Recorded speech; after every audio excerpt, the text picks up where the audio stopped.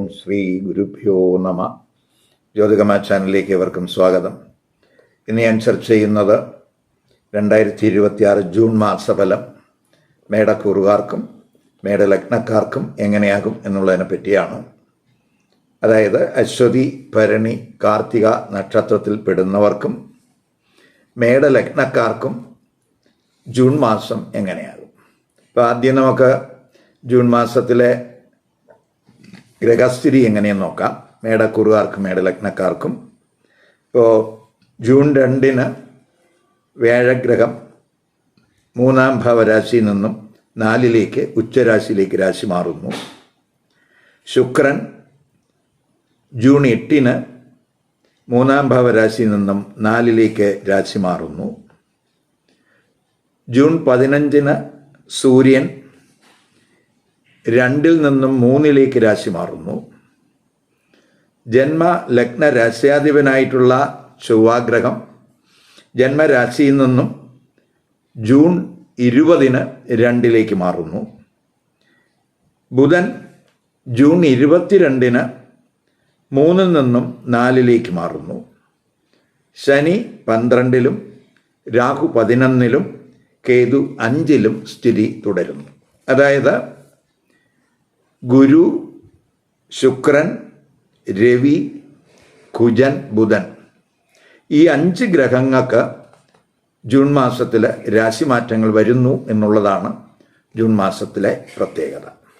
അപ്പോൾ നമുക്ക് ഈ ഗോചര ഗ്രഹസ്ഥിതി അനുസരിച്ച് എങ്ങനെയായിരിക്കും മേടക്കൂറുകാരുടെയും മേടലഗ്നക്കാരുടെയും പൊതുവായിട്ടുള്ള ആരോഗ്യസ്ഥിതി എന്ന് നോക്കാം. ഇപ്പോൾ ആരോഗ്യസ്ഥിതി നോക്കുമ്പോൾ ജന്മലഗ്ന രാശ്യാധിപനായിട്ടുള്ള ചൊവ്വാഗ്രഹം ജന്മരാശിയിൽ നിൽക്കുന്ന സമയമാണ്. രുചക യോഗാവസ്ഥയിലാണ് 19 വരെ. അപ്പോൾ ആരോഗ്യ പ്രശ്നങ്ങൾക്ക് സാധ്യത കുറവാണ്. ആരോഗ്യ പ്രശ്നങ്ങൾ കുറയുന്നതിനും ആരോഗ്യസ്ഥിതി ഇംപ്രൂവ് ചെയ്യുന്നതിനും അനുകൂലമായിട്ടുള്ള സമയമാണ്. പൊതുവെ മാത്രമല്ല, ഗുരു അതുപോലെ ശുക്രൻ 4-ാം ഭാവരാശിയിൽ വരുന്നത് സുഖസ്ഥാനത്താണ്. അത് സുഖാനുഭവങ്ങൾ ഉണ്ടാക്കും. അപ്പോൾ അതിനുള്ള ഒരു സാഹചര്യം, പ്രത്യേകിച്ച് ആ 4-ൽ ഗുരുവും ശുക്രനും ലക്ഷ്മി നാരായണ യോഗത്തോടുകൂടി 4-ൽ നിൽക്കുന്നു സുഖസ്ഥാനത്ത്. അതുപോലെ തന്നെ നമുക്ക് 5-ൽ കേതു ഉണ്ട്. 20 മുതൽ ആ ചൊവ്വ 2-ലേക്ക് മാറുന്നു. അതുപോലെ തന്നെ ചൊവ്വ അഷ്ടമ ഭാവാധിപൻ എന്ന നിലയ്ക്ക് പ്രത്യേകിച്ച് ആഹാരത്തിൽ അല്പശ്രദ്ധ വേണം. ഇപ്പം ചിലർക്ക് ഈ 5-ലേക്കൊക്കെ ചൊവ്വയുടെ ദൃഷ്ടിയും കൂടെ വരുന്നുണ്ട് എന്നുള്ളത് കൊണ്ട് ഈ ചെറിയ സ്റ്റൊമക്ക് റിലേറ്റഡ് ആയിട്ടുള്ള എന്തെങ്കിലുമൊക്കെ ഇഷ്യൂസിന് സാധ്യത കാണുന്നുണ്ട്.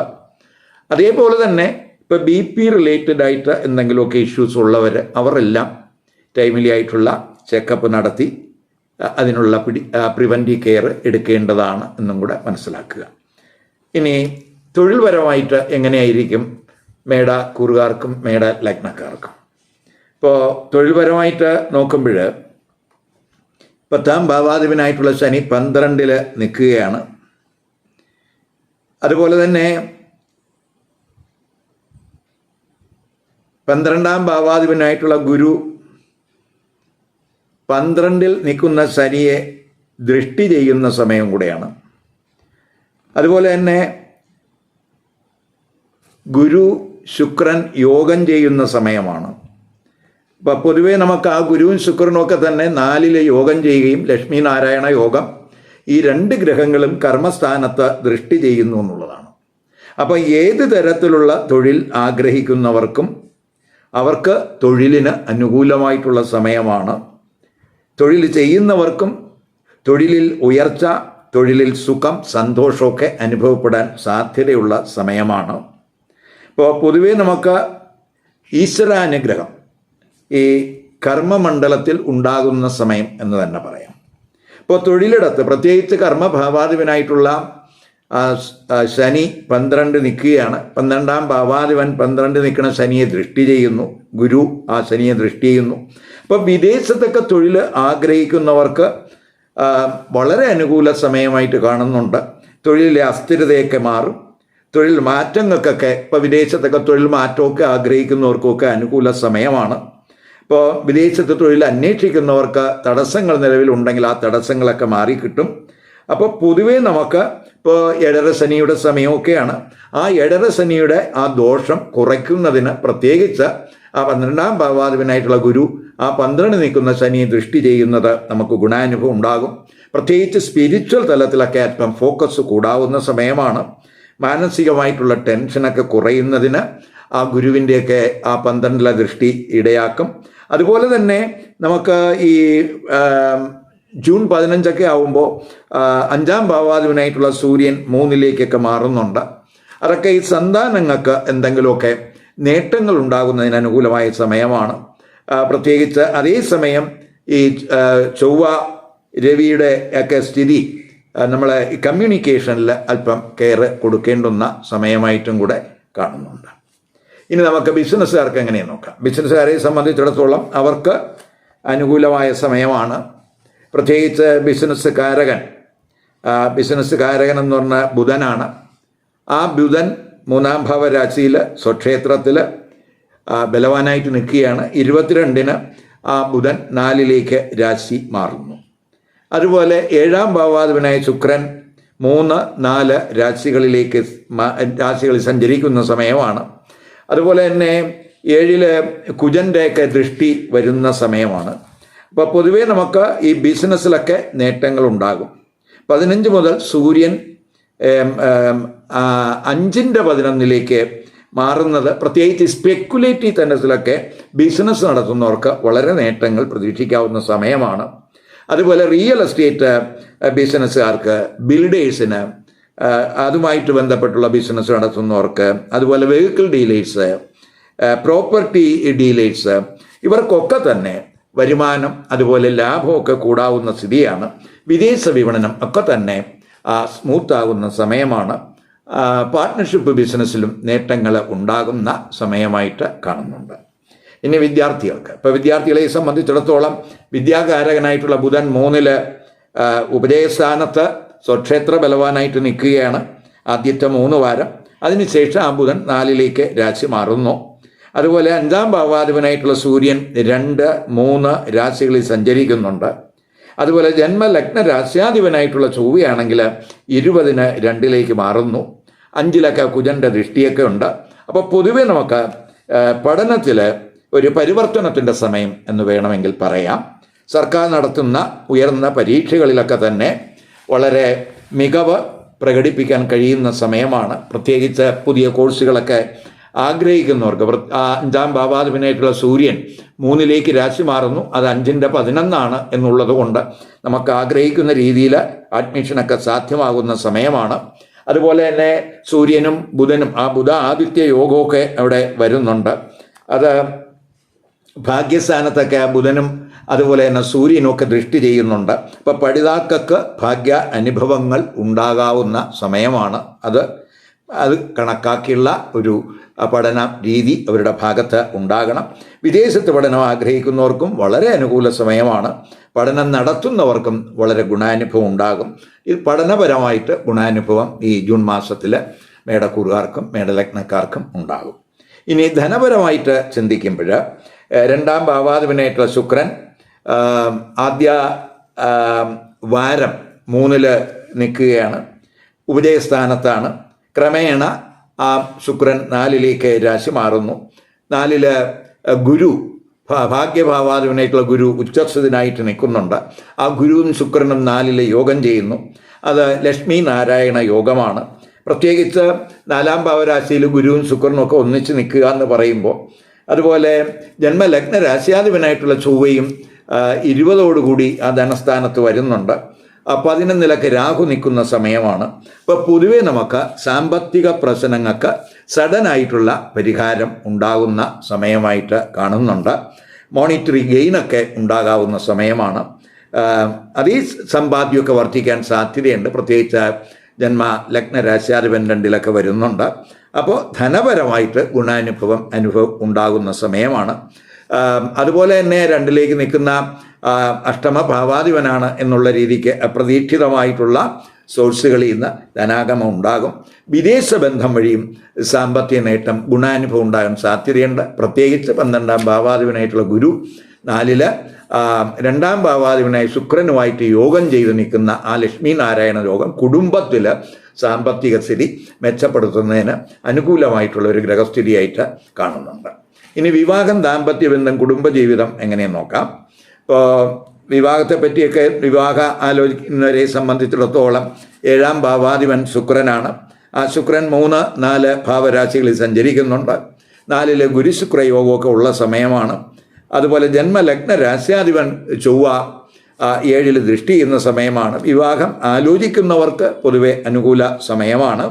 മനസ്സിണങ്ങിയ ജീവിത പങ്കാളിയൊക്കെ കണ്ടെത്താനൊക്കെ കഴിയുന്ന സമയമാണ്. അപ്പം വിവാഹപരമായിട്ട് ആലോചിക്കുന്നതിന് അനുകൂല സമയമായിട്ട് കാണുന്നുണ്ട്.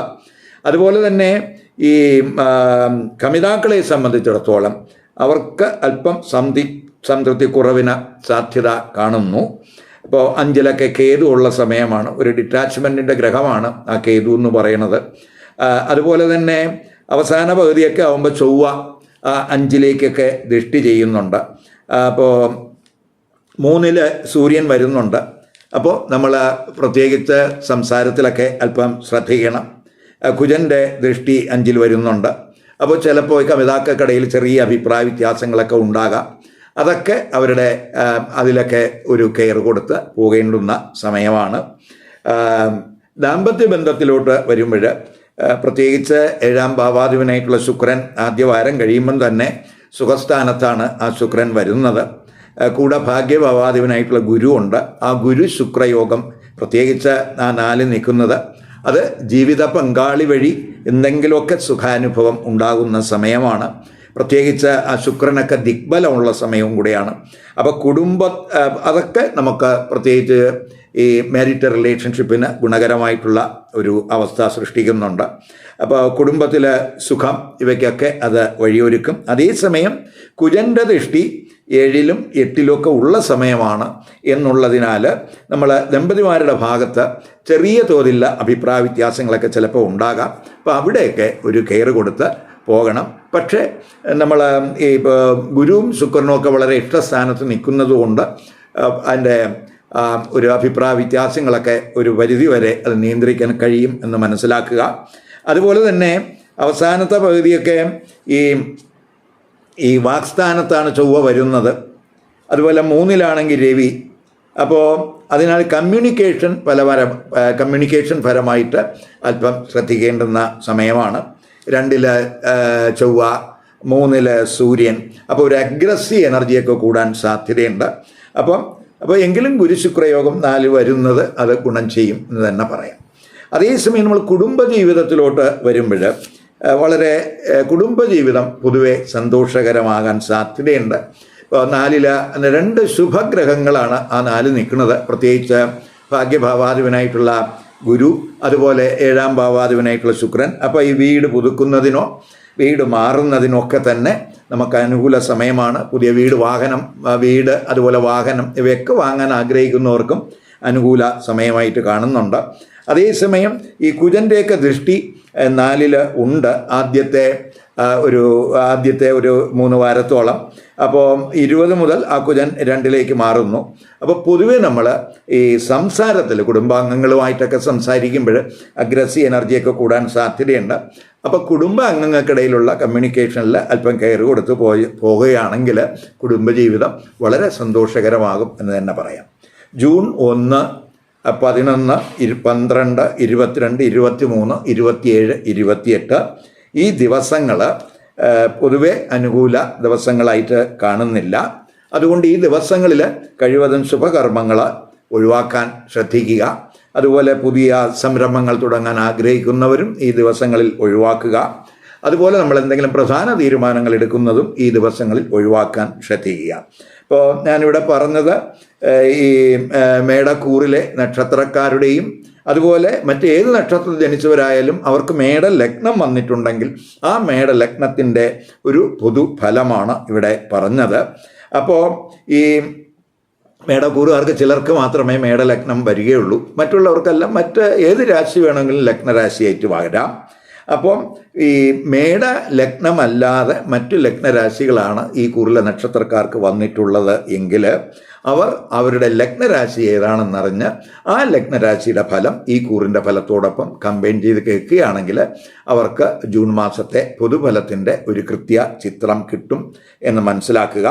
അതുപോലെ തന്നെ ഇപ്പോൾ ഈ പൊതുഫലത്തിൽ ചെറിയ ചെറിയ മാറ്റങ്ങൾ ചിലപ്പോൾ സംഭവിക്കാം. അത് ഇപ്പോൾ ഈ ജാതകത്തിൽ ഈ കുറുകാർക്കും ഈ ലഗ്നക്കാർക്കും നടക്കുന്ന ദേശ അപകാരം, ഛിദ്രം ഇവയുടെ സ്വാധീനം കൊണ്ടുണ്ടാകാവുന്ന മാറ്റമാണ്. അപ്പം നമ്മൾ ഇഷ്ടസ്ഥാനത്തൊക്കെയാണ് നിൽക്കുന്ന ഗ്രഹങ്ങളുടെ ദേശയോ അപകാരോ ഛിദ്രമോ ഒക്കെ ആണെങ്കിൽ പോസിറ്റീവായിട്ടുള്ള ഫലങ്ങൾ കൂടും. അല്ലെങ്കിൽ ആ പോസിറ്റീവ് ഫലത്തിനൊരു ചെറിയ കുറവുണ്ടാകാനും സാധ്യതയുണ്ട്. അതുകൊണ്ട് നമ്മൾ ഈ മേടക്കൂറിൽ പെടുന്നവർ, മേടലഗ്നക്കാരല്ലാത്ത മേടക്കൂറുകാരെ സംബന്ധിച്ചിടത്തോളം മറ്റ് ലഗ്നരാശിയാണ് വന്നിട്ടുള്ളെങ്കിൽ ലഗ്നരാശിയും കൂടെ ഇതിനോടൊപ്പം അതിൻ്റെ ഫലവും കൂടെ കേൾക്കാൻ ശ്രമിക്കുക. ലഗ്നഫലത്തിന് കൂറിൻ്റെ ഫലത്തെക്കാളും കൂടുതൽ കൃത്യതയുണ്ട് എന്നും കൂടെ മനസ്സിലാക്കുക. ഈ വീഡിയോ ഇഷ്ടപ്പെട്ടുവെങ്കിൽ ലൈക്ക് ചെയ്യുക, ഷെയർ ചെയ്യുക. അതുപോലെ സബ്സ്ക്രൈബ് ചെയ്യാത്തവർ സബ്സ്ക്രൈബ് ചെയ്ത് കാണുക. മറ്റൊരു പുതിയ വിഷയമായി അടുത്ത വീഡിയോ കാണാം. നമസ്കാരം.